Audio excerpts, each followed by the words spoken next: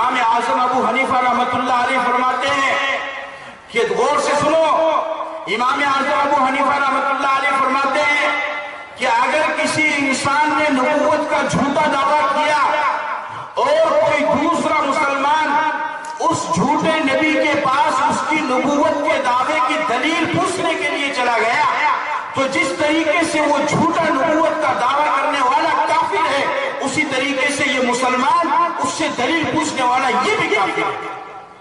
یہ کس بات پر اس سے دلیل پوچھتا ہے؟ جب پیغمبر نے کہہ دیا ہے انا خاتم النبیین لا نبی بعدی، میرے بعد کوئی نبی نہیں ہے، تو اس ظالم سے اب دلیل پوچھنے کی ضرورت کیا ہے؟ اس ظالم سے اب یہ دلیل پوچھتا کیوں ہے؟ مسلمانوں، اپنے ایمان کا تحفظ کرو، ختم نبوت کے اوپر پورا دھیان دو، اور صرف ایک بات اپنی زبان کے اوپر رکھو کہ ہمارے پیغمبر محمد صلی اللہ علیہ وسلم وہ آخری رسول ہیں۔